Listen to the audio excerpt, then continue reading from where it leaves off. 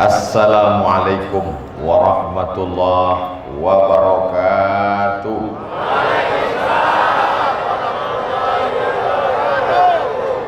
Alhamdulillahi rabbil alamin, wassalatu wassalamu ala ashrafil khalqi ajma'in, sayyidina wa maulana wa syafi'ina wa dhukhrina wa qurrati a'yunina Muhammadin wa ala alihi wa sahbihi wa man tabi'ahu ila yaumiddin. Yang di atas ini orang-orang yang dipilih oleh masyarakat untuk mengurus orang banyak di Kepulauan Riau. Ada Bapak Gubernur, karena kesibukan diwakili oleh Bapak Staf Ahli Bidang Kesra. Ada Bapak Wakil Bupati Natuna. Ada juga bersama kita di tengah kesibukan tetap bisa hadir Bapak anggota DPRD, Bapak anggota DPD, dan orang-orang yang diberikan Allah amanah tak dapat disebut satu persatu, encik-encik, puan-puan, tuan-tuan jemputan majelis, yang besar tak dihimbau gelar, yang kecil tak dapat disebut nama. Insya Allah semuanya dimuliakan Allah subhanahu wa ta'ala. Amin ya rabbal alamin. Gambar yang ada di depan itu adalah gambar Masjid Jami' Al-Muhajirin. Sedangkan yang aslinya ini. Kalau ada yang heran kenapa tak sama, memang begitu. Kita pun kadang kalau jumpa sama orang, waktu digambar bukan main mantap. Pas jumpa, mantap juga. Aha. Makanya tak kenal maka tak sayang maka tak cinta. Tanda orang kenal mesti berjumpa. Kau kenal dengan Pak Fulan? Kenal. Di mana kau kenal? Ku tengok balehonya memanjat-manjat sampai ke pokok kayu. Kapan itu? Pilkada. Habis itu ada dia datang? Enggak. Maka berjumpa. Bertemunya di mana? Di dalam masjid. Jadi masjid adalah tempat membangun perjalanan sejarah Islam. Nabi sampai di Taif setelah naik onta 8 hari 8 malam dari kota Makkah Al-Madinah. Yang pertama kali dia bangun masjid. Sampai di kota Al-Madinah Al-Munawwarah yang dibangun masjid. Diutus sahabat Nabi namanya Ammar bin As pada masa Khalifah Umar bin Khattab menyeberang Laut Merah sampai ke Afrika Utara. Di tengah kota bernama Fustat. Fustat berubah menjadi Kairo. Yang pertama dibangun masjid. Lalu kemudian ketika ulama-ulama sampai ke negeri Melayu, sampai ke Aceh, yang dibangun masjid. Turun Aceh, Kesultanan Melayu Langkat di Tanjung Pura, yang dibangun masjid sebelah kiri sampai tegak berdiri sampai hari ini. Masuk ke kota Medan, Kerajaan Melayu Delhi, tegak berdiri sampai hari ini. Masjid Raya Al-Masun. Turun ke bawah, masuk ke Kerajaan Siak Sri Indrapura di tepi Sungai Siak, sampai hari ini masih tegak berdiri. Masjid. Jadi kalau mau kekal abadi tak mati sampai hari kiamat, mesti membangun masjid. Pak Camat bangun masjid, Pak Bupati bangun masjid, Pak Wali Kota bangun masjid, Pak Gubernur bangun masjid. Presiden Insinyur Soekarno di tengah kesulitan ekonomi negara Republik Indonesia baru saja menang melawan Belanda dan Jepang. Sampai hari ini masjid kebanggaan kita. Masjid itu diberi nama Masjid Istiqlal. Sekarang kemana kita pergi di seluruh penjuru Indonesia, dari Sabang sampai Papua, tegak berdiri masjid. Bangunannya khas, atapnya tak pakai kubah, tapi arsitektur Masjid Kesultanan Demak. Wali Songo membangunnya, dipakai itu di seluruh kabupaten kota se-Indonesia. Masjid Muslim Pancasila. Hari berganti, musim berubah. Orde lama tumbang, orde baru berganti. Masa reformasi, tapi ada yang kekal abadi. Masjid. Jangan mati sebelum bangun masjid. Jadi pesan ke anak-anak, ibu kandung mereka 9 bulan 10 hari, mereka susukan 2 tahun, tapi pesannya adalah, anakku, kau bangun masjid. Jadi bupati tak lama, paling lama 2 periode, itu pun kalau tak datang KPK. Jadi gubernur paling lama 10 tahun, hisabnya di akhirat lama sekali. Apalagi kalau tak amanah, dituntut di hadapan Allah. Tapi kalau bangun masjid, subuh, zuhur, maghrib, asar, duha, tahajud, witir, idul fitri, idul adha, gerhana bulan matahari, minta hujan istisqa, anak-anak mengaji dari maghrib ke isya, emak-emak sore wirid yasin, maka mengalir pahala. Doakan sebelum mati Abdul Somad bisa bangun masjid. Masjid apa namanya? Ya Masjid As-Somad lah. Ini malam ini nampak anak-anak kecil, mereka ini merekam ini dalam kepalanya, dia pulang nanti dia berpikir sebelum tidur, terngiang ceramah Ustaz Somad di telinganya, maka dia terpikir, nanti aku kalau lajang aku bangun masjid. Mudah-mudahan setiap anak-anak ini bangun masjid insyaallah, amin. Jadi kau bangun masjid, jadi pakai duit apa? APBD. Bagaimana kalau orang bangun masjid pakai APBD, APBN, Pak Ustaz? Maka dia pun juga mendapatkan pahalanya. Kenapa? Karena ada kekuasaan di ujung jari tinta pena, bangun masjid dengan tanda tangan. Kau orang kaya, bangun masjid dengan kekuasaan, dengan harta, karena semua ini barang titipan Allah Subhanahu wa ta'ala. Insya Allah masjid ini nanti sesuai dengan bentuk gambarnya, insya Allah, amin. Untuk sementara, kalau tak mau mandang masjid, pandang gambarnya aja dulu. Insya Allah sampai niat baik. Menaranya sudah cantik, luar biasa. Masjid Nabawi tak ada menara. Bilal naik ke atas atap azan, Allahu Akbar, Allahu Akbar. Tak ada atap, tak ada menara. Lalu kapan menara ini muncul? Ketika pada masa pemerintahan Umar bin Khattab, diutus seorang laki-laki sahabat Nabi namanya Ammar bin As. Setelah melewati gurun pasir, menyeberang Laut Merah sampai ke sebuah kota. Kota itu didirikan oleh Alexander the Great. Kota itu bernama Alexandria, 200 km dari Kairo. Mudah-mudahan panjang umur, sehat badan, bisa umroh singgah kita ke Alexandria. Sampai di sana, ditengoknya di tepi laut Mediterania, ditengoknya di tepi laut, nampak ada tempat api. Kita menyebutnya mercusuar. Karena orang di tengah laut, dia tak tahu mana daratan, gelap gulita. Supaya tahu dia kemana dia mendarat, menengok api. Api bahasa Arabnya nar. Tempat api manaroh. Manaroh, tempat api. Orang kita menyebutnya menara. Bahasa Arabnya manaroh, bukan munaroh. Manaroh. Dulu aslinya di atas ini tempat api. Dibuang apinya, diambil menaranya, naik orang ke atas mengumandangkan azan supaya suara ke penjuru kota. Allahu Akbar, Allahu Akbar.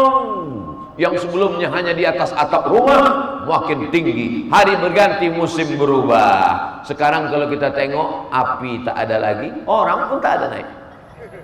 Kenapa suara bisa naik? Orangnya di bawah. Apa namanya itu? Toa itu merek. Sama macam di kampus tempat saya mengajar, Honda dilarang parkir. Terus kalau Suzuki, maka speaker, speak, ngomong, tukang ngomong, dia yang naik ke atas, lalu kemudian kabelnya turun ke bawah. Turun kabelnya ke bawah, menyambung ke muazzin, orangnya di bawah, suaranya naik ke atas. Lalu kemudian kabelnya tadi menyambung ke imam. Allahu Akbar, Bismillahirrahmanirrahim. Alhamdulillahirabbil alamin. Selesai salat, assalamualaikum warahmatullah. Jamaah bertanya, Pak Imam boleh bertanya? Boleh. Apa yang mau kau tanya? Apa hukumnya salat baju kena tai burung? Mana ada baju kena tai burung, kata Imam. Itu kabelnya nyambung sampai ke atas. Kabelnya di ciri merpati. Menjadi pembahasan dalam bahsul masail Nahdlatul Ulama ketika saya jadi sekretaris di Provinsi Riau Daratan. Jadi kemajuan teknologi tidak membuat kita menjadi sulit beragama, justru menjadi mudah beragama. Jadi Islam tidak melarang peradaban luar untuk masuk ke dalam masjid. Jadi kalau dikatakan kalau tidak ada di zaman Nabi berarti bid'ah, maka Masjid Jami Al-Muhajirin ini dua bid'ah besar. Itulah dua menara bid'ah. Wa kullu bid'atin dhalalah wa kullu dhalalatin finnar. Tidak begitu memandangnya, karena dia baik-baik saja dan bisa untuk membantu sarana prasarana untuk melaksanakan ibadah. Begitu juga dengan masjid yang cantik. Zaman Nabi Shallallahu Alaihi Wasallam tidak ada itu kubah di atas. Carilah buku sejarah tentang kubah Masjid Nabawi, tak ada. Dari mana datangnya kubah? Dari arsitektur bangunan Bizantium.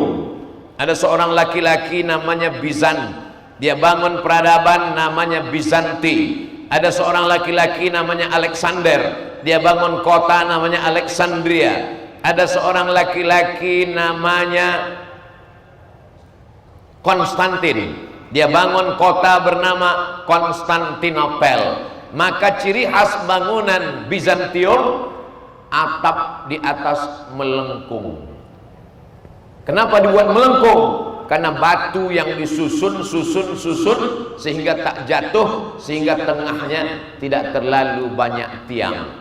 Jadi kalau kita pergi ke bangunan-bangunan di Turki bekas kekuasaan Bizantium, Konstantinopel, itu nanti Bapak Ibu tengok ada batu disusun sehingga dia menjadi melengkung. Karena batu ini ukurannya atas besar, kecil bawah kecil, maka dia menyatu tak jatuh. Susah untuk menceritakannya. Mudah-mudahan nanti kita bisa pergi ke sana insyaallah. Amin. Nanti waktu Bapak pergi ke sana menengok melengkung tiangnya, tak ada tiang di tengah, barulah ingat, oh ini kata Ustaz Somad dulu. Apa gunanya kalau dibuat dia melengkung? Kalau dia melengkung tak terlalu banyak tiang di tengah. Kalau tidak terlalu banyak tiang di tengah, apa gunanya? Sholat tak putus, dan yang paling penting waktu Ustaz ceramah tak ada yang bersandar ke tiang. Oh, Ustaz nyindir kami yang di dalam nih. Aku tak nampak entah bersandar entah tidak. Karena yang kelihatan hanya bapak-bapak. Karena sholat itu paling bagus sopnya tak putus. Dan ketika Ustaz ceramah sampai ayat dan hadis itu ke telinga jamaah. Kalau tiangnya terlalu banyak, menyangkut ayat itu ke tiang-tiang. Apa yang kau dengar dari ceramah Ustaz tadi? Entah. Kemana ayat sama hadis? Agaknya tersangkut. 35 tiang halangannya. Dan 35 tiang ini bagusnya, supaya orang di daerah Masjid Jami Al-Muhajirin ini tetap terus rajin datang insyaallah. Amin. Karena kalau dia tak datang, orang akan bilang, "Gimana salat berjamaah di Masjid Jami Al-Muhajirin? Lebih banyak tiang daripada orang." 35 tiang hampir cukup rukun untuk sholat Jumat. Menurut mazhab Syafi'i, sholat Jumat itu mesti ada 40 orang laki-laki sehat, tidak musafir, mukim. Tinggal tambah 5 tiang lagi, sah sholat Jumat. Jadi masjid tidak hanya sebatas bangunan, tapi juga di dalamnya ada arsitektur. Pak Ustadz, anak saya mau saya kirim ke Mesir. Anaknya tidak mau jadi ustadz, anaknya rajin menggambar. Kalau anak yang suka rajin menggambar, dia mau jadi insinyur arsitek, dia mau masuk ITB, bagus dikirim ke Mesir atau ke Bandung? Bagus dia ke Bandung. Kalau dipaksa juga dia ke Mesir, dia tidak jadi Musa, dia jadi Fir'aun nanti balik.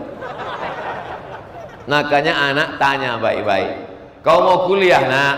Ya. Hobi kau apa? Menggambar-gambar bangunan, aku suka. Kalau gitu kau pergi ke Bandung, masuk ke Institut Teknologi Bandung, gambar. Tapi yang kau gambar adalah masjid. Dia akan masuk surga dengan gambarnya, insya Allah. Ada yang masuk surga dengan ustadznya, dengan tausiahnya, dengan ilmunya. Tapi tidak bisa kita paksakan orang. Stres dia menghadapi orang banyak tak pandai. Tak bisa dia ngomong depan orang banyak. Dipaksakan juga keringat dingin, pendek umurnya. Tapi kalau dia di depan laptop, depan komputer, depan kampas menggambar, dia lancar. Maka silakan kau bangun masjid, tapi bukan dengan kekuasaan, tapi dengan gambar menggambarmu. Ini tidak ada nampak di hadapan kita. Dan arsitek yang membangun masjid ini tidak maju ke depan untuk memberikan kata sambutan. Yang naik ke depan ini protokol, qori, pembaca sari tilawah, Bapak Ketua Panitia, Ketua Yayasan, lalu kemudian Pak Gubernur, dan kemudian Ustadz Somad. Belum pernah lagi lama hidup banyak dirasa, jauh berjalan banyak ditengok, protokol memanggil. Berikut ini mari kita dengarkan kata sambutan yang akan disampaikan oleh arsitek. Walaupun masjid ini cantik dan jadi karena mereka, insya Allah semua diberikan Allah kemampuan dan kelebihan. Hanya saja ada yang kelebihannya pada bicaranya, ada yang kelebihannya pada otaknya, ada yang kelebihannya pada kuasanya, ada yang kelebihannya pada uangnya, ada yang kelebihannya pada rupanya. Maka jangan pilih-pilih orang. Yang paling mulia di antara kita semua, inna akramakum indallahi atqakum. Arsitek kalau dia ngaji orang masjid, tidak akan dia buat WC menghadap kiblat, karena dia tahu bahwa orang Islam tidak boleh menghadap ke kiblat, tak boleh membelakangi kiblat. Kata Nabi, menghadaplah ke kanan atau ke kiri, menyamping kiblat. Kalau dia tak ngaji, dimintakan gambar WC masjid. Kalau dia ngaji, tak akan dibuatnya WC berdiri, pasti WC-nya jongkok. Kenapa? Karena diajarkan dalam hadis Nabi, orang mesti buang air kecil jongkok. Ternyata yang mengamalkan jongkok itu siapa sekarang? Orang Jepang, orang Korea. Bukan karena pesan Nabi, karena mereka tak percaya kepada hadis, tapi karena bukti medis kesehatan. Kalau dia jongkok, maka habis air kencingnya, tumpah semua. Tapi kalau dia berdiri, keluar sikit, lalu kemudian tersisa sikit, tersisa, menumpuk, itulah menjadi kristal. Ditembak, salah tembak, putus sama pistolnya sekalian.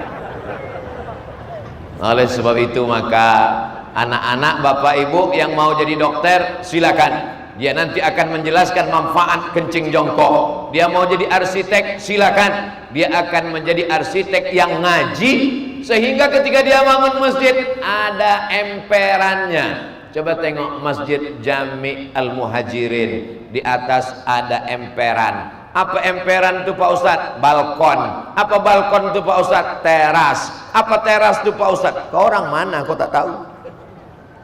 Gunanya untuk apa? Perempuan yang dalam keadaan maaf haid, halangan, uzur, tidak boleh masuk masjid, tidak boleh bawa Quran, tidak boleh baca Quran, tidak boleh sholat, tidak boleh puasa, tidak boleh iktikaf, tidak boleh tawaf. Tapi dia mau mendengarkan pengajian. Di mana dia mendengarkan pengajian? Di teras, di balkon, di emperan. Siapa yang membuatkan ini? Arsitek yang mengaji. Bekerja sama kita, terwujudlah masjid. Jadi nampaknya memang masjid, tapi di dalamnya ada kekuasaan, di dalamnya ada hartawan, di dalamnya ada arsitektur, di dalamnya ada khatib, di dalamnya ada muazzin, di dalamnya ada jamaah. Di mana kita berkumpul? berkumpul di masjid. Orang kalau sudah berkumpul di masjid berjamaah, kenal mengenal, saling tolong menolong, insya Allah bersama di Masjid Jami Al-Muhajirin, bersama juga kita nanti di surga Jannatul Firdaus. Ini pembahasan yang pertama. Sampai ke berapa nih Pak Ustadz? Sama, 60 menit selesai. Yang kedua, masjid yang paling bagus, ini kalau mau meniru saudaraku dimanapun berada, dari Sabang sampai Papua, dari Aceh sampai ke Timika, kalian kalau mau bangun masjid, datang main-main ke Batam, tengok Masjid Jami Al-Muhajirin, pinggir jalan, letak strategis, parkir luas. Allahu Akbar. Ini kadang kita menengok masjid di belakang ruku, orang dah mau mampir, tak jadilah, takut dia parkir. Padahal kalau lebar parkirnya pun dia tak juga ke masjid. Tapi menjadi alasan, kenapa kau tak ke masjid? Payah parkir dalam. Kenapa kau tak ke masjid? Sudah lewat beloknya salah. Kenapa kau tak ke masjid? Kusangka tadi bukan masjid karena ruko. Ini langsung tempat strategis. Orang yang memperjuangkan tapak Masjid Jami 30 tahun yang lalu, kalau dia masih hidup, mudah-mudahan diridhoi Allah hidupnya. Kalau dia sudah meninggal dunia, inilah amal jariah dia, lapang alam kuburnya, selamat dari azab kubur, dan diberikan Allah raudhatun min riyadil jinan, kuburnya itu salah satu dari taman-taman surga.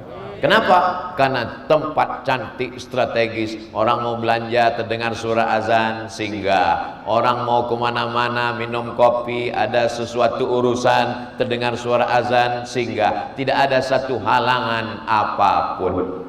Maka di mana-mana kota sekarang yang paling sulit adalah membebaskan. Sudah sempat dibangun ruko, sudah sempat dibangun bangunan, mau bangun masjid, peluasannya sulit. Maka kalau ada kota-kota baru, kabupaten kota pemekaran baru, maka pemimpin-pemimpin berpikir bagaimana tata kota, berpikir di sini masjid, di sini masjid, di sini masjid. Karena kalau sudah terjadi, maka untuk membebaskannya amat sangat sulit. Ini contoh yang amat sangat baik untuk dimanapun orang berada. Ustaz kan ceramahnya di Batam. Bagaimana orang di sana mengambil pelajaran dari Masjid Al-Muhajirin? Memang ceramahnya di Al-Muhajirin Batam, tapi tausiah kita malam ini di-share ke seluruh dunia, ditonton melalui channel Ustadz Abdul Somad Official. Subscribe, like, share, and comment. Mereka ambil pelajaran fa'tabiru ya ulil absar, bagaimana letak tempat strategis. Ketika Nabi sampai ke kota Al-Madinah, lalu kemudian orang mengasih tanah, buatlah tanah ini ya Rasulullah. Nabi membayar tanah itu. Kenapa? Karena dia ingin dapat amal jariah wakaf. Padahal amal jariah sebagai Nabi cukup. Wala saufa yu'tika rabbuka fatarda. Jadi Nabi sudah cukup, selesai. Dia mau mengajarkan kepada umatnya, walaupun orang mengasih tanah, dia bayar karena dia ingin mendapatkan amal. Makanya kalau ada pembebasan tanah 1 meter 500.000, 1 meter 1 juta, berhenti. Masya Allah, tabarakallah. Ibu-ibu sore-sore jalan sama suaminya, dipukulnya bahu suaminya, berhenti bang, berhenti bang, berhenti bang. Ini penting ini. Apa ini? Diskon. Berhenti bang, berhenti bang. Apa ini? Pembebasan tanah. Rumahmu luas, besar, megah, tinggi, menjulang, tapi begitu meninggal dunia, anak-anak mulai menjual, dibagi kepada ahli waris. Anak pertama, kedua, ketiga, menantu, cucu, habis. Tidak ada sejengkal pun di rumah itu yang bersedia menerima engkau. Engkau hanyalah setumpuk daging busuk yang akan menjadi santapan cacing tanah. Boleh untuk update status besok pagi. Kau adalah setumpuk daging busuk untuk menjadi santapan cacing tanah. Dari tanah, berjalan di atas tanah, sibuk mengukur tanah, akan masuk ke dalam tanah, menjadi santapan cacing tanah. Langsung dikomen sama kawan, kau nyindir aku ya? Kita tidak ada maksud sindir menyindir. Tujuan kita tak lain tak bukan supaya ingat bahwa tanah yang kekal abadi nih 30 tahun. Siapa orang Batam 30 tahun yang lalu penguasa tanah? Siapa orang Batam 30 tahun yang lalu tuan tanah? Siapa orang Batam 30 tahun yang lalu tanda tangannya bisa membebaskan tanah? Siapa orang Batam 30 tahun yang lalu duitnya banyak bisa beli tanah? Apakah sampai hari ini dia seperti itu? Tidak. Tapi ada tanah yang kekal abadi, la yuhabu, tak bisa dihibahkan, wala yurasu, tak bisa diwariskan, wala yubahu, tak bisa diperjualbelikan. Mana dia? Inilah dia tanah wakaf. Tanah wakaf. Selama ini orang kalau udah cerita tanah wakaf bayangannya tanah kuburan. Al-Azhar punya tanah wakaf terluas di Mesir, lebih kaya daripada negara. Al-Azhar sama negara lebih kaya Al-Azhar. Disitulah kami bisa kuliah dari mulai sekolah dasar sampai sanawiyah azhariyah, S1, S2, S3. Zaman saya di Azhar 74 negara di dunia mengirimkan anak-anaknya gratis. Dari mana? Tanah wakaf. Di atas tanah wakaf dibangun rukonya untuk kepentingan umat. Di atas tanah wakaf dibangun rumah sakitnya kepentingan umat. Kawan saya suka makan cabai, mengunyahnya tak serius, bertumpuk biji cabai, terus sumbat jadi usus buntu. Diperiksa ke rumah sakit, sikit lagi mau meledak, bam, mati. Maka kata dokter, potong. Berapa biaya potongnya? 2000 pon kali 3.000 rupiah, 6 juta. Duit tak ada, krisis moneter. Anak Indonesia mau dipulangkan naik pesawat Hercules. Kenapa pesawat Hercules dikirim? Tak ada kursinya, tegak berdiri dari Kairo ke Jakarta macam naik metro mini.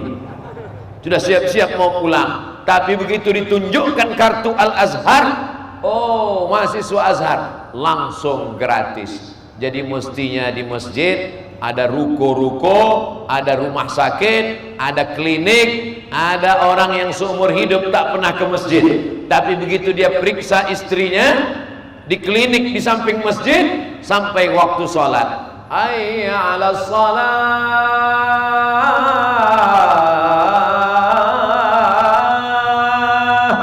kata dokter SPAG, spesialis objek, Pak, azan berkumandang, silakan. Lalu kata dia, ya. Padahal seumur hidup tak pernah ke masjid. Terpaksa mau tak mau, suka tak suka, datang ke masjid. Mungkin itulah pertama kali dia dapat hidayah. Ada klinik, ada rumah sakit, ada.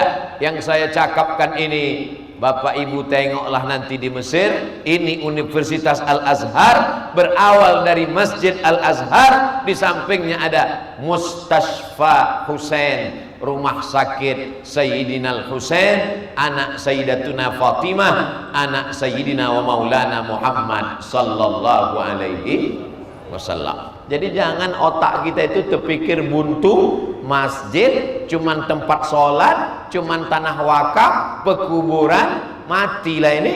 Padahal ini adalah investasi akhirat. Orang paling bertuah di Batam adalah orang yang mewakafkan tanah, mendirikan masjid tanpa disebutkan namanya, ilal marhum almarhumah binti fulan bin fulan, sampai pahalanya mengalir sampai hari kiamat. Mudah-mudahan rezeki kita berlimpah ruah, bisa untuk wakaf, infak, sedekah insyaallah. Amin. Kenapa Ustaz tekankan betul sedekah ini? Karena tadi kan sudah disebutkan oleh Pak Ketua Yayasan, masih perlu sekian miliar lagi. Saya paham, ada di antara Bapak Ibu yang mendengar sekian miliar tadi langsung naik darah tingginya, jantung koroner mulai kumat, mulai dalam hati, kok tahu begini tak datang aku tadi. Pasti ada yang namanya setan berbisik dalam hati, pasti ada. Jangan marah, jangan tersinggung, itu memang sudah SOS, standar operasional setan. La'atiyannahum min baini aidihim, aku akan datang menggoda mereka dari depan, wa min khalfihim dari belakang, wa an aimanihim dari kanan, wa an syama'ilihim dari kiri. Pas datang mau bersedekah ke masjid Jami' al-Muhajirin, apa kata setan? Jangan kau sedekah, rumah kau belum selesai, iuran jilbab belum lunas. Banyak nih. Jangan kau sedekah untuk masjid, pikirkan juga anak kau yang SD belum tamat, yang SMP mau SMA, yang SMA mau kuliah, yang kuliah mau wisuda, yang wisuda mau S2, yang S2 mau kerja, yang kerja mau nikah, yang nikah istrinya mau melahirkan, yang melahirkan cucu masih kecil mau sekolah, sampai mati tak akan pernah sedekah. Kalau ditunggu lapang, orang tidak akan pernah sedekah. Sempat-sempatkanlah, karena sampai masanya nanti kita mau duit ada tapi tak sempat. Kenapa? Karena sudah masuk ke liang ICU. Mau cepat aja ke liang lahat. Liang ICU belum mati. Kalau mati selesai. Ini setengah mati. Judul lagunya Setengah Napasku Pergi. Judul lagunya Menghitung Hari. Apa kata dokter masuk ke ruang ICU? Bapak ibu sabar ya, tenang aja, insya Allah ini nggak sampai hari Jumat selesai. Meleleh air mata. Masuk suara azan berkumandang dari menara masjid, suara sayup-sayup masuk ke ruang ICU. Hayya 'alal falah.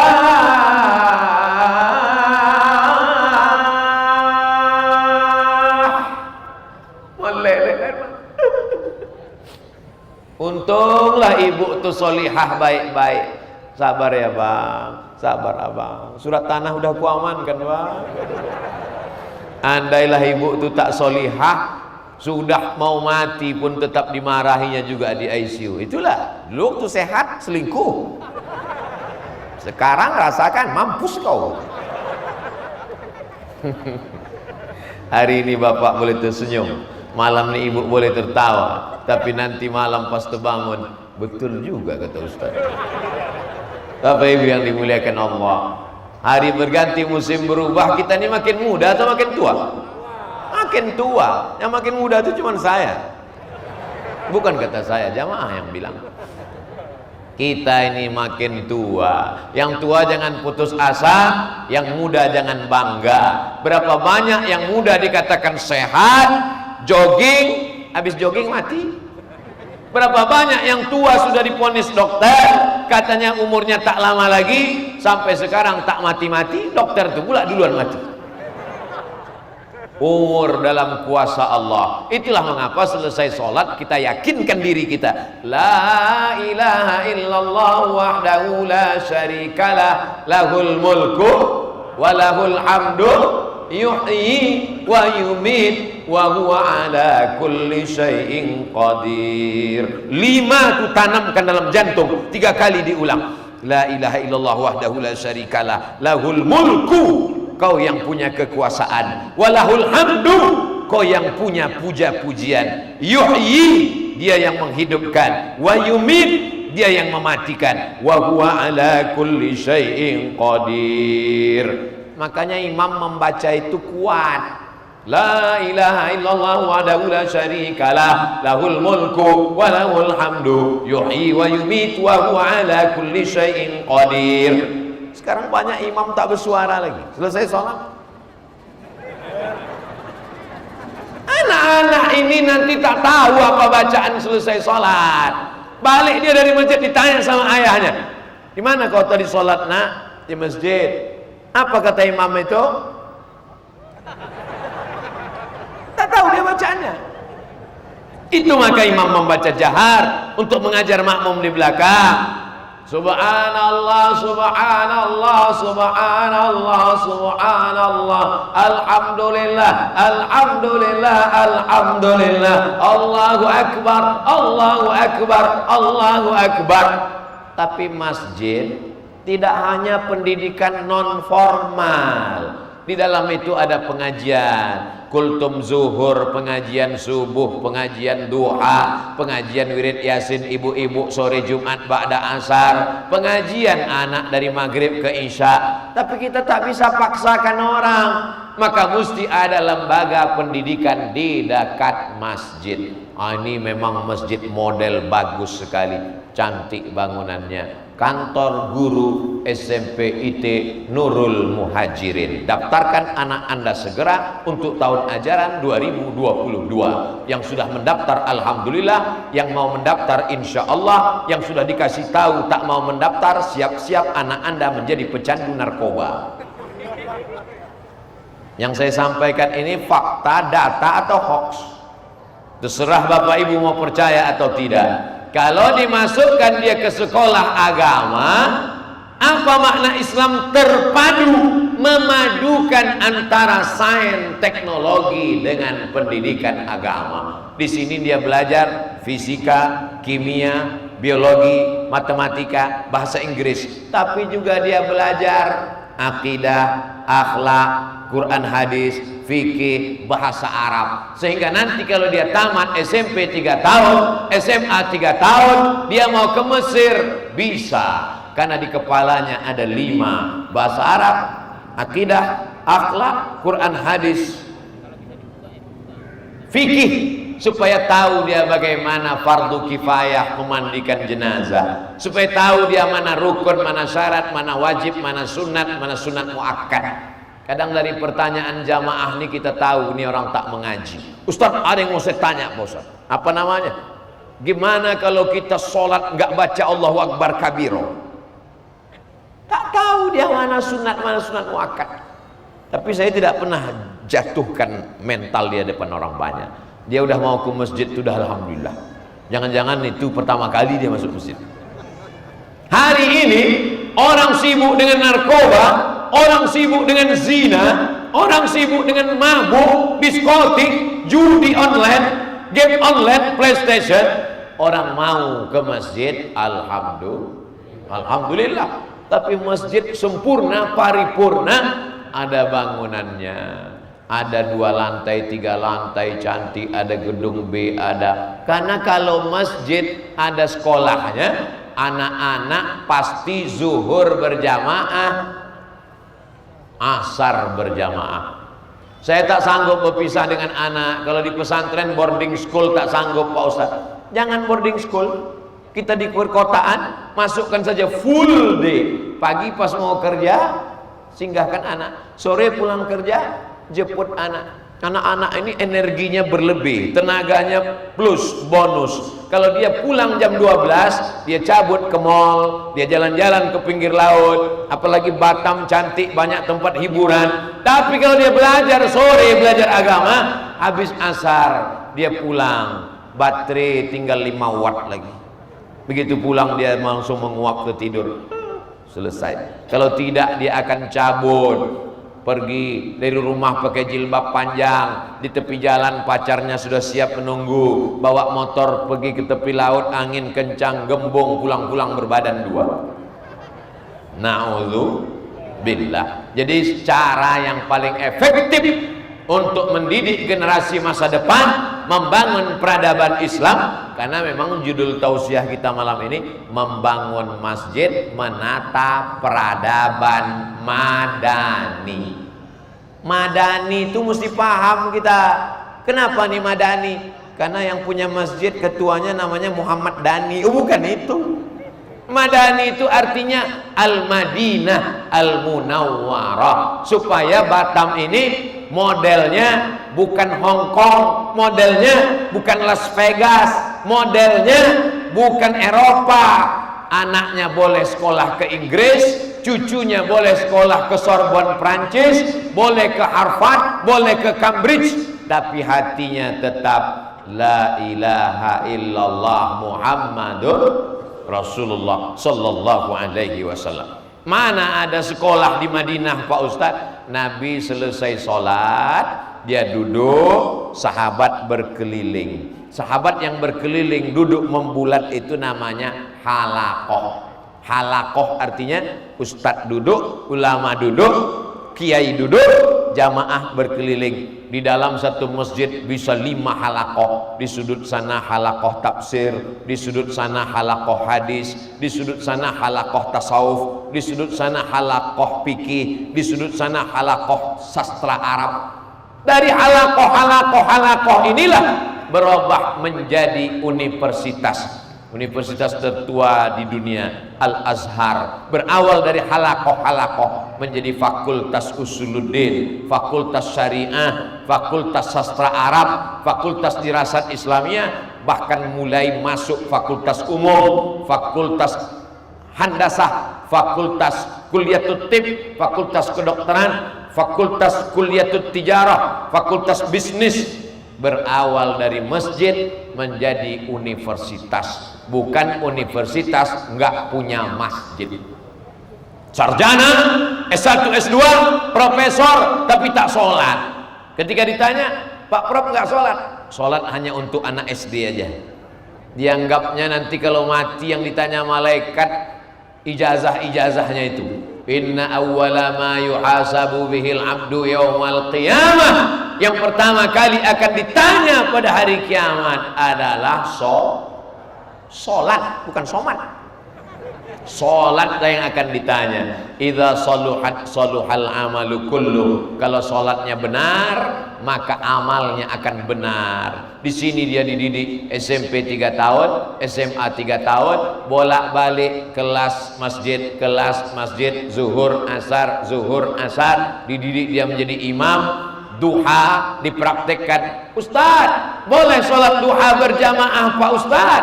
Idza fu'ila dzalika ahyanan jaza. Kalau dibuat sekali-sekali boleh. Begitu kata Imam Nawawi dalam mazhab Syafi'i dalam kitab Al-Majmu' Syarah Muhazzab. Murid-murid sekalian, kita pagi ini sholat duha berjamaah sekali-sekali untuk mengajarkan mereka bagaimana praktek sholat duha. Besok Jumat pagi kita praktekkan sholat sunat tasbih berjamaah untuk mempraktekkan. Hari Jumat mereka sholat Jumat bersama, ada gurunya, dia lihat kawan-kawannya, maka itu menjadi kenangan yang luar biasa.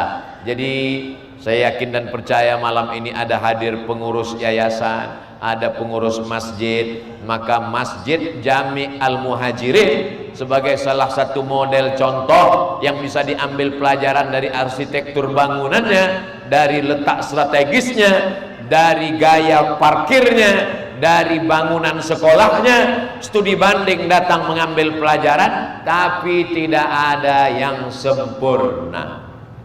Tak ada sempurna. Bangunan yang tak pernah selesai adalah bangunan masjid. Masjidil Haram pun tak selesai sampai sekarang. Kurang kaya apalagi pemerintahan Saudi Arabia. Digali tanah, keluar minyak. Tempat kita digali tanah, keluar lumpur tak kering-kering. Masjid tidak pernah selesai. Jadi kalau ada bangunan masjid selesai, maka berarti sudah tamat riwayat. Masjid-masjid yang kecil ingin besar, masjid sudah besar ingin 2 lantai, tapi semen, batu kerikil, batu bata, besi-besi, seng-seng tidak boleh di tempat lain, karena dulu akadnya adalah wakaf dan wakaf tak boleh hilang. Kalau dia dijadikan sebagai lantai, batu bata keramiknya hancur dijadikan sebagai lantai, balik lagi ke masjid. Tapi ini atap seng tak bisa dipakai Pak Ustadz, mesti kami jual. Duitnya tetap balik ke masjid, karena kita akan diminta pertanggungjawaban di hadapan Allah Subhanahu wa Ta'ala.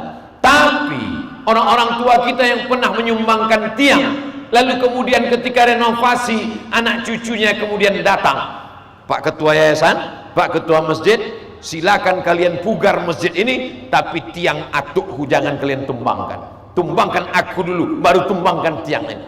Ini menjadi masalah. Maka ketika renovasi Masjid Nabawi, Utsman bin Affan ketika itu khalifah, Abu Bakar, Umar, Utsman, datang sahabat, bagaimana dengan kayu-kayunya, bagaimana dengan pelepah kormanya, bagaimana dengan batu-batunya. Utsman membacakan hadis, man bana masjidan, siapa yang sudah bangun masjid, banallah mislahu baitan fil jannah, dibangunkan Allah untuknya satu tempat di surga. Jadi andai tiang nanti direnovasi, ada lantainya, balik menjadi lantai. Andai yang mesti terjual, maka duitnya tetap balik ke masjid. Itulah yang membedakan antara wakaf dengan sodakoh. Kalau sodakoh boleh habis, sodakoh lilin habis, dibakar lilin. Lilin yang tak habis cuman satu, lilin ulang tahun, satu lagi lilin babi ngepet. Aku sedekahkan lilin sebanyak 3 kotak, dibakar, mati lampu, habis.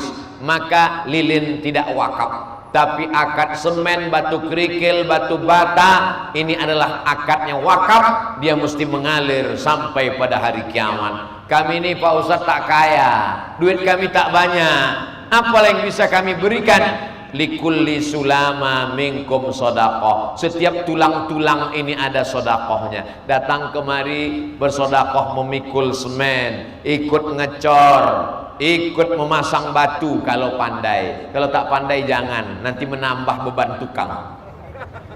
Kami ibu-ibu Pak Ustadz, kami tak bisa ikut, bagaimana? Ibu pandai buat bakwan, bawakan ke sini agak 3 kontainer. Bawakan teh manis, jeruk, segala macam, bawakan semua. Itu pun tak ada Pak Ustadz, doakan dari rumah. Tapi katanya senyum sedekah. Ibu tak boleh senyum ke laki orang, nanti bininya mengamuk. Tabassumika fi wajhi akhika sedekah. Yang laki-laki datang mengasih motivasi, mantap kalian, ku tengok udah mendekat mirip dengan gambar, mudah-mudahan kubahnya cepat tegak berdiri, bangkitkan semangat pengurus, menyenangkan hati. Jangan, sudahlah tak ngasih tanah, tak ngasih semen, tidak menyenangkan hati. Ketika masjid sudah selesai, datang petantang petenteng, nampaknya kubahnya miring ini. Kalau ada orang model begini, jangan marah, jangan ngamuk, bawa aja dia ke atas. Jamaah yang dimuliakan Allah Subhanahu wa taala. Tapi yang namanya jenis manusia-manusia begini ini tetap ada. Karena kalau dia tak ada, siapa yang mau mengisi neraka jahanam? Bapak Ibu yang dimuliakan Allah Subhanahu wa taala, membangun masjid adalah membangun peradaban. Dan kota-kota besar di Indonesia itu dibangun oleh ormas. Apa maksud Ustadz ormas? Orang masjid. Orang masjid lah yang membangun itu. Pergilah, tunjukkan saya nama kota-kota di Indonesia. Pontianak, saya baru pulang dari Pontianak. Sebelum ke Batam, Pontianak. Pontianak itu ada sungai terpanjang di Indonesia, namanya Sungai Kapuas. Di tepi sungai Kapuas ada masjid, sampai hari ini tegak berdiri, dibangun oleh Habib Abdurrahman bin Husain Al-Gadri. Dibangunnya masjid, dibangunnya istana Al-Gadriyah. Dua-duanya ada sampai sekarang. Istana fid dunya hasanah, masjid fil akhirati hasanah. Saya cuma mau ngasih tahu, saya sudah pernah ceramah di dua-dua tempat. Pergi ke Medan, Sumatera Utara. Ini Medan Boh, ada istana Maimun, ada Masjid Al-Masun. Menghadap ke arah kiblat, sebelah kanan ada istana. Tepat di depan masjid, kuburan tengku-tengku, raja-raja, sultan-sultan. Mengapa orang Melayu suka berkubur di dekat masjid? Karena setiap orang lalu lalang pasti mendoakan dia. Di depan ada kuburan, pas mau masuk masjid, assalamualaikum ya ahlan diyar minal mu'minin wa inna insyaallahu bikum larhamullahu mustaqdimina wal mustakhirin, nas'alullah lana wa lakumul afiyah. Pas keluar dari masjid, assalamualaikum ya ahlan diyar minal mu'minin wa inna insyaallahu bikum lahiqun, irhamullahu mustaqdimina wal mustakhirin, nas'alullah lana wa lakumul afiyah. Pak Ustadz, saya tak mau sholat ke situ karena di situ ada kuburan. Sholat di masjid ada kuburan emang masalah buat lo? Tak bisa dia bedakan antara 3. Masalah di masjid ada kuburan, ini mesti dibedakan antara 3. Pertama, sholat ke kubur. Ini kubur, sholat dia ke kubur. Yang kedua, menjadikan kubur sebagai masjid. Ini kubur Abdul Somad. Setelah itu kemudian diratakan pakai traktor, dibangun masjid di atas kubur, namanya Masjid As-Somad. Itu yang dilarang. Apa kata Nabi? La'anallahu al-yahud wan nasara. Allah melaknat orang Yahudi dan Nasrani. Kenapa? Ittakhadhu qubur anbiya'ihim masajid, karena merubah kubur jadi masjid. Masjid Nabawi Pak Ustaz? Masjid Nabawi bukan diratakan kubur Nabi lalu dibangun masjid di atas. Enggak, kubur Nabi tetap ada. Jadi kalau ada orang mengatakan jangan sholat di masjid yang ada kuburannya, musyrik, tak ada pahalanya, berarti semua jamaah haji dan umroh yang sholat di Masjid Nabawi itu tak ada yang sah sholat arba'innya, karena di situ ada makam. Oh, kalau Masjid Nabawi tak apa-apa, karena itu makam Nabi. Di samping makam Nabi itu dua orang tak Nabi, Abu Bakar bukan Nabi, Umar pun bukan Nabi. Oh, kalau sahabat Nabi tak apa-apa. Banyak kali cerita kau.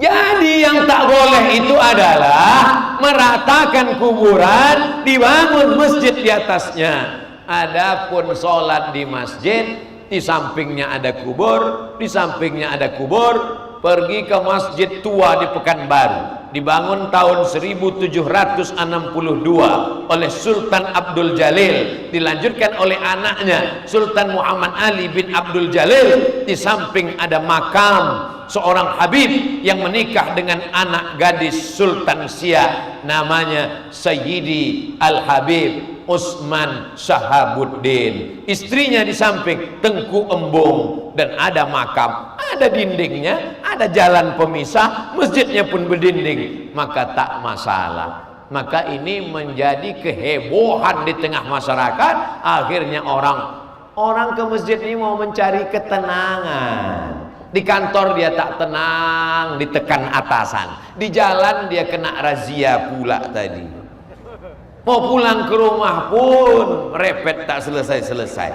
Dia mau ke masjid mencari ketenangan. Sampai di masjid dibid'ahkan, difasikkan, didolalahkan, difinarkan. Lama-lama nanti jadi gila ini orang.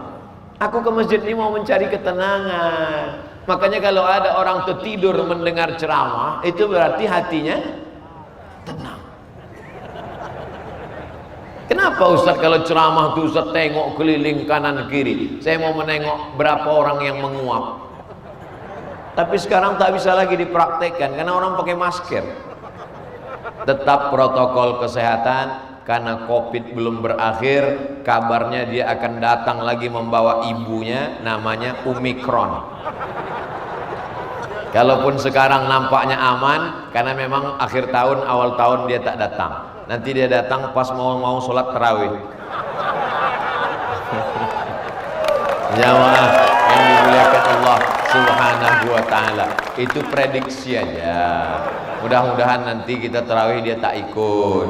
Subhanal malikil ma'bud, subhanal malikil mawjud, subhanal malikil hayyil ladzi la yanamu wa la yamutu wa la yafutu abada. Subuhun qudus rabbuna wa rabbul malaikati warruh. Mudah-mudahan nanti kita bisa tarawih di sini bersama insyaallah. Amin. Hadirilah tarawih bersama dengan Ustadz Abdul Somad online. Bertahun-tahun kita online nih sudah. Khawatir kita nanti dipanggil malaikat, silakan masuk ke dalam surga. Pas mau sampai pintu online, bodoh. Siapa yang hadir majelis ilmu insyaallah masuk surga tidak online. Kepada gubernur, bupati masuk surga kata malaikat. Pas datang gubernur kata malaikat yang mewakili aja. Masuk Pak asisten, masuk Pak staf ahli. Nah, itulah enaknya jadi wakil-wakil. Nah, itu menyenangkan hati yang mewakili gubernur. Bapak Ibu yang dimuliakan Allah Subhanahu wa ta'ala, indahnya pertemuan di masjid. Ayah, ya, Di mana ayah jumpa sama emak dulu? Usah kau tanya-tanya. Rupanya jumpa di diskotik. Itu siapa ya? Itu kawan ayah. Di mana jumpanya dulu? Itu kawan ayah sama-sama panitia dulu di Masjid Jami Al-Muhajirin. Cantik apa tak cantik? Cantik, indah ceritanya. Itu kawan ayah? Ya. Ayah udah lama berkawan. Oh, udah 40 tahun kami bersama. Kenalnya di mana? Sama-sama sakau kami dulu. Sab'atun yuzilluhumullah. Ada 7 golongan yang akan mendapatkan naungan Allah. Yauma la zilla illa zilluh. Hari itu tak ada tempat bernaung, hari itu tak ada atap, hari itu tak ada tenda, hari itu tak ada payung, tapi dia tetap bersama. Siapa dia? Rajulani, orang-orang tahabba fillah, berkasih sayang karena Allah, ijtama'a alaih, berkawan karena Allah, wa tafarraqa alaih, berpisah pun karena Allah. Berkawan karena Allah di masjid rumah Allah, berpisah karena Allah karena malaikat maut datang mencabut nyawa, menetes air mata, diantar sampai ke liang lahat, didoakan Allah maghfirlahu warhamhu, dibacakan talqin mayat, maka setelah meninggal pun tetap dibacakan Al-Fatihah. Begitulah kita membangun persaudaraan di Masjid Jami ini, insya Allah. Orang kalau dia ahli masjid, kalau sampai dia tengok kawan tak datang, Assalamualaikum warahmatullahi, tak ada sih. Tempat tuh biasanya tak pindah-pindah. Di sudut sana sianu, di sudut sana. Begitu tak ada, langsung dia cari, ketuk pintu. Assalamualaikum, waalaikumsalam. Canu kemana? Sakit, didoakannya. Bismillahirrahmanirrahim, Bismillahirwafi, Bismillahirkafi, Bismillahirmu'afi. Zaman sekarang orang tak mau tahu, mau tunggang langgang, mau mati, lantang, bantai, antam kromo, sesuka hati kaulah. Orang sekarang kalau tidak ke masjid itu bukan karena sakit, bukan karena keluar kota, tapi karena rezekinya bertambah. Dulu waktu rezeki macet 5 kali ke masjid. Sudah agak lancar Jumat aja, itu pun khutbah ketinggalan. Sudah mulai agak lancar kaya raya, setahun 2 kali Idul Fitri, Idul Adha, itu pun datang mau ngambil kupon aja. Betapa kita sudah meninggalkan masjid. Tapi malam ini Masya Allah, jangan ajarkan jamaah Al-Muhajirin untuk tentang meramaikan sholat berjamaah. Mana buktinya? Dari mulai turun tadi disambut di bawah, sebelum kaca mobil dibuka, pintu dibuka tadi, kelempang, rasa-rasa mau macam walimah rasa saya tadi. Tengok panas, Masya Allah, sampai ke dalam, rupanya dari luar masjid, masuk masjid, keluar balik. Tak pula di dalam masjid acaranya, khusus untuk ibu-ibu saja di dalam, bapak-bapak di luar masjid, pembagian yang luar biasa. Maka kebersamaan kita di Masjid Jami ini, setan sudah putus asa menengok kita ramai. Begitu setan menengok, kata setan, mak stres aku, kata, sakit kepala aku, udah bolak-balik kurayu jangan ke masjid, datang juga orang ini ke masjid.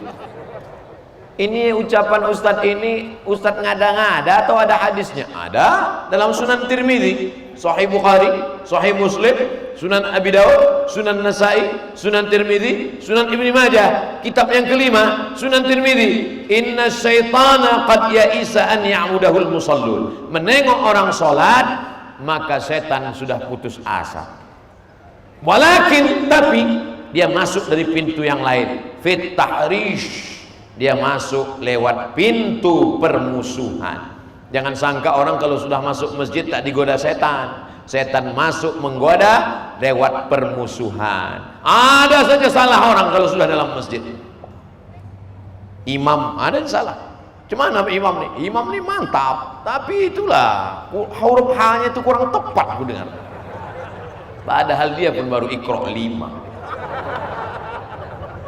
Macam mana nampakmu Masjid Jami Al-Muhajirin nih? Masjid itu mantap. Kemarin udah disampaikan Ustaz Somad, menaranya, arsitekturnya. Tapi kulihat masalah pembukuan kurang transparan. Padahal andai dia dudukkan di situ, tak juga selamat.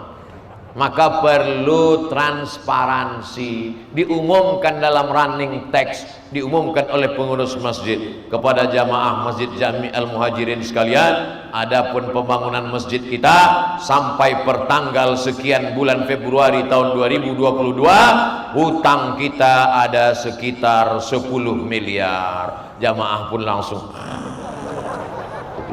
lewat kotak sedekah itu pula begitu udah lewat baru dia bangun. Dia tak tahu kotak itu ada 5 lagi belum lewat. Jadi kalau ada di masjid orang sikut menyikut, sindir menyindir, itu memang sudah kerja setan. Sampai kapan setan ini berhenti Pak Ustadz? Belum ada hadis menyebut setan pensiun dini, belum ada menyebut setan taubat. Sampai kapan? La ughwiyannahum, aku akan goda manusia madamat arwahuhum fi ajsadihim, sampai ruh keluar dari jasad. Jadi kalau ada nanti jamaah Masjid Al-Muhajirin mengatakan, aku ini udah tak digoda setan lagi, berarti ruh sudah keluar dari jasad. Nanti begitu ruh keluar dari jasad, akhir kalamnya husnul khatimah, la ilaha illallah, nampak tersungging senyum di bibirnya karena dia sudah selesai dari godaan setan. Saya dulu waktu almarhumah emak saya masih hidup dipanggilnya, sini kau mesti banyak berselawat, banyak berzikir. Kenapa gitu mak? Dia udah setan. Aku ini ustad mak, setannya ustad juga. Logika orang tua berpikir. Ibu jangan pernah berhenti menasihati anak, bapak jangan pernah berhenti. Dia udah dewasa. Tidak ada istilah dewasa, karena setan suka mendatangi orang dewasa. Anak-anak setan tak mau dia datang. Kenapa? Karena anak-anak ini catatannya belum ada. Pas mau setan, ada satu setan yang setan agak-agak bodoh lah, mau didekatinya anak-anak. Kata yang satu lagi, kau bodoh kali, jangan kau goda, dia tak ada catatannya, ayahnya aja datangi, kata setan. Jadi kalau ada orang mengatakan tak perlu dinasehati, tak perlu dimasukkan sekolah agama, dia sudah dewasa.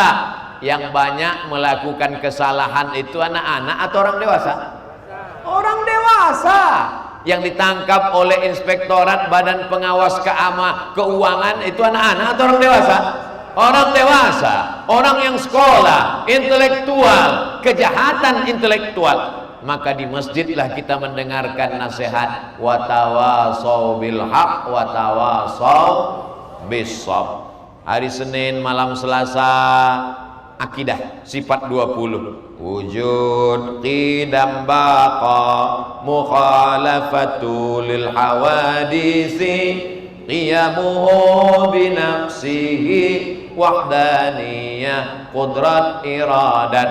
Ilmun hayat sama basar kalam. Selasa malam Rabu fikih, khususkan fikih ibadah, toharoh, air suci mensucikan, wudu, rukun, syarat, wajib, sunat, fikih puasa, fikih sholat, fikih akikah, fikih kurban.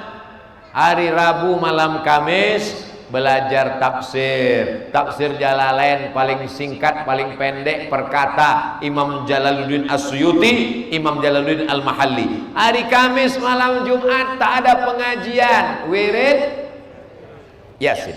Man qara'a Yasin fi lailatin, siapa yang baca surat Yasin pada suatu malam, asbaha maghfuran lah, waktu subuhnya dia sudah diampunkan Allah. Tapi katanya Pak Ustaz malam Jumat baca surat Al-Kahfi, sahih. Man qara'a surat Al-Kahfi yaumal Jumu'ah, siapa yang baca surat Al-Kahfi hari Jumat, malam Jumat, petang Jumat, sore Jumat, adha'alahu min nur, dia diterangi cahaya ma bainal jumu'ataini, sampai Jumat berikutnya. Lalu kemudian hari Jumat malam Sabtu mengkaji hadis paling sikit pendek, hadis arba'in, 40 hadis. Hadis pertama innamal a'malu binniyat, disusun oleh Imam An-Nawawi, meninggal tahun 676 Hijrah. Hari Sabtu malam Ahad pengajian tabligh akbar supaya dikunci anak-anak muda, bapak-bapak, ibu-ibu tidak keluyuran malam Ahad, malam libur, ngaji ke masjid.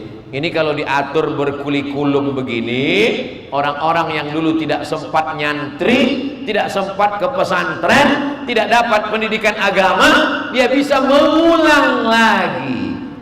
Direkam. Pengajian-pengajian ini direkam, libatkan anak-anak muda, remaja masjid untuk membuat channel. channelnya Masjid Jami Al Muhajirin channel. Followernya nih udah ada channelnya nih. Belum? Andai ada channelnya, malam nih bisa langsung bertambah subscriber. Bapak keluarkan handphonenya semua, buka channel Masjid Jami Al Muhajirin Batam channel. Sudah dapat? Ya, subscribe, ya, pencet loncengnya, kering-kering, udah selesai. Setiap ada pengajian, masuk langsung. Setiap ada ajakan streaming, memanfaatkan multimedia. Karena kalau tidak masjid buat, anak-anak kita akan diambil oleh aliran sekuler, liberal, komunis, ateis, agnostik, macam-macam aliran yang ada di YouTube. Kalau zaman dulu TV masih syukur, TV dikontrol oleh Komisi Penyiaran, Badan Sensor Film Nasional. Tapi zaman anak kita sekarang sudah tak ada sama sekali sensor. Channel-channel YouTube sesuka hatinya. Maka anak muda ini dikelola, dibuat pelatihan. Khusus pagi Ahad dibuat kajian anak-anak muda. Karena anak muda tidak mau mengaji sama orang tua. Kenapa kalian tak mau datang pengajian? Gak mau Pak Ustadz? Pengajian sama bapak-bapak isinya cerita mati aja. Pengajian kita subuh ini adalah malam pertama di alam kubur. Dia mau bagaimana bahaya narkoba, bagaimana cita-cita ke depan, bagaimana manajemen ekonomi keuangan mahasiswa, bagaimana meraih sukses, dihadirkan narasumbernya, bagaimana bisa jadi DPD, bagaimana bisa jadi DPRD, dihadirkan narasumbernya Babin Kantipmas, Babinsa, cerita bagaimana supaya jauh dari narkoba bersama dokter, dari melibatkan BNN Badan Narkotika Nasional khusus untuk anak muda, penyelenggaraan jenazah hari Ahad pagi libur, penyelenggaraan jenazah bawa anak muda, yang orang tua tak usah karena dia yang mau dimandikan nanti. Bapak Ibu yang dimuliakan Allah Subhanahu wa taala, insyaallah yang saya sampaikan ini kalau kita amalkan, maka Masjid Jami Al Muhajirin Batam akan menjadi sumber peradaban Islam sampai hari kiamat nanti insyaallah. Kita ini sudah tua-tua, ibarat pohon kayu sudah mulai menguning, layu dan akan mati, tapi ada tunas-tunas hijau pelanjut di masa akan datang. Qorinya tadi membaca Quran anak muda, sari tilawahnya pun anak muda. Seakan-akan Masjid Jami Al Muhajirin mau ngasih tahu Ustaz Somad, wahai Ustaz Somad, tengoklah anak-anak muda kami hebatnya baca Quran. Yang muda aja begitu baca Quran, apalagi yang tua tuh. Kalau tak percaya, tes lah. Insya Allah. Itulah yang dapat saya sampaikan pada kesempatan kali ini. 70 menit kita bersama bernilai amal soleh untuk kebaikan kita semua. Mudah-mudahan istiqomah iman dan Islam, anak-anaknya menjadi penghafal Quran, Batam Kepulauan Riau menjadi baldatun thayyibatun wa rabbun ghafur, pembangunan masjid segera selesai, terbuka pintu rezeki hati kita untuk berwakaf, berinfak, bersedekah, keluarga sakinah mawaddah warahmah, pemimpin kita adil dan amanah, rakyatnya pula sejahtera. Ala hazihin niyah wa kulli niyatin salihah. Al-Fatihah.